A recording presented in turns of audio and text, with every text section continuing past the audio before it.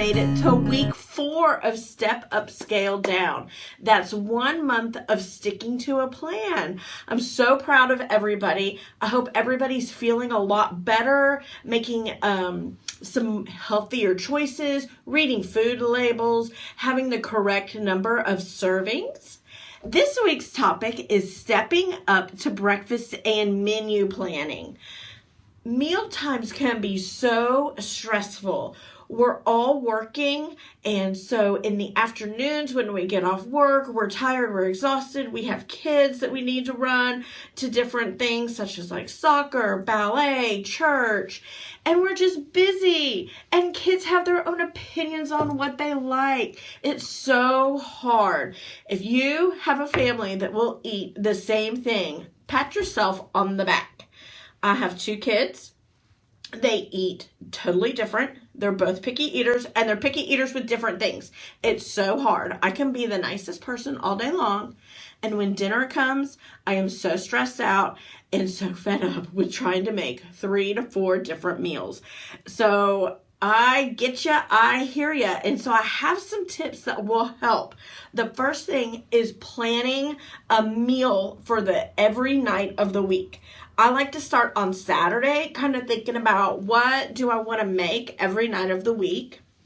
And then on Sunday, you can do the grocery shopping for the whole week. So let's try to do 1 grocery trip. I love the HEB delivery or the curbside. I feel like that helps so much in our busy schedules. So see if your local grocery store can deliver your groceries or can even do curbside. That helps so much with our busy schedule. It's also important to include your kids in the menu planning. What do they like to eat? What will they eat? That's also important. So try to stick to the meals that they will eat, that they will try. Have them help you pick out some new recipes that sound good to them. Also, let's look in our house and see what we have that we can cook and make. Do we have some pasta in the pantry that we can use? Do we have some frozen hamburger in the freezer that we can use? So let's use what we have at our house to help save money and also kind of guide us in our meal planning. Also, think about things that are easy leftovers on those nights when we are running from activity to activity to activity. Let's think about a leftover meal that we can make before and then just pop out and have. That could be like a chili, that could be a healthy soup, a pasta dish. There's so many great things that actually taste better the next time when you heat it up. So let's try to think of those meals that will be better the next time. Also think of some things that are quick fix meals. There's lots of places out there that offer pre-packaged meals. You just have to put it all together. There's lots of healthy choices in those pre-packaged meals. So I suggest looking into those. And if you have more questions or need help, feel free to email me, call me, just right down the street from y'all. So I can help you pick out a delicious quick fix meal.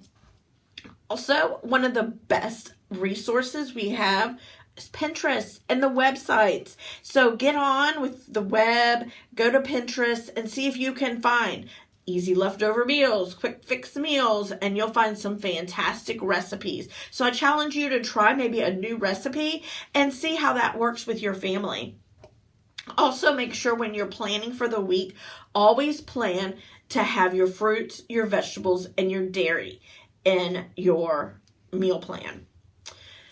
So when we're planning our meals and we're thinking about the busy nights that we have, make that a leftover night. Or also in your meal plan, make a night to go out to dinner. Every week, our family goes out to dinner once or twice. It's something that we do because we're so busy. But when you're going out to eat, you want to make sure you look at the menu prior to going. So get on the web, download the menu, look at those healthy choices. Is it boiled shrimp? Is it grilled chicken? Is it maybe a salmon steak that they have topped with some fresh herbs and spices? So look through the menu, see what is the best option. pick that option, and then when you go to the restaurant, you stick to that option. That's the tricky part, because we get to the restaurant and they have these menus and they have pictures and the food is so beautiful and it looks so good. Don't even open that menu. You've already looked at the menu online. You already determined which meal you want based on the healthy choice. So order that meal. Take half of it home, and then you'll have a meal for the next night too. That will also help. So I hope those tips and tricks kind of helped you a little bit in meal planning. And we're going to move on to breakfast. Breakfast is actually the most important meal of the day. And here's some things that we know about breakfast. 25 to 35% of adults actually skip breakfast. And those that skip breakfast are more likely to be overweight, more likely to have diabetes, more likely to have heart disease, higher cholesterol. Also, those that skip breakfast are more likely to eat more calories throughout the day.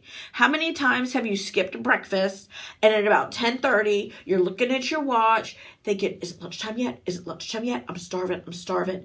And then by the time lunchtime gets there, you sit down and you're like, I am so hungry, I'm eating it all. So make sure that you plan ahead, get some easy, fast breakfast ideas that are healthy so that you can eat breakfast and not be as hungry and likely to eat more calories.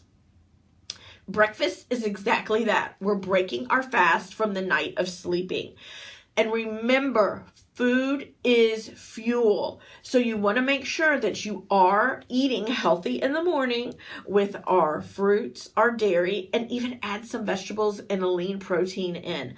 I have some excellent ideas. How about cereal topped with fruit and a low-fat milk?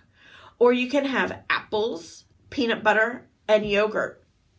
You'll have more energy throughout the day if you actually eat a breakfast. When you're planning your breakfast, make sure you have 2 food groups, and one of those should always be dairy. So that wraps up our lesson for today on stepping up breakfast and menu planning. This week, I hope you can create a meal plan, and I hope it works well for you. If it doesn't work well, then let's see what we can do to adjust to make next week a little easier. Remember, we're making small steps so that we can have a big change in the end. I hope everybody's feeling better. I hope everybody's still excited about the program. Remember, I'm just right down the street. I'm extension 1199. I'm always here to share recipes, any type of ideas. So I hope everybody has a great week. Remember to always live your best life with AgriLife.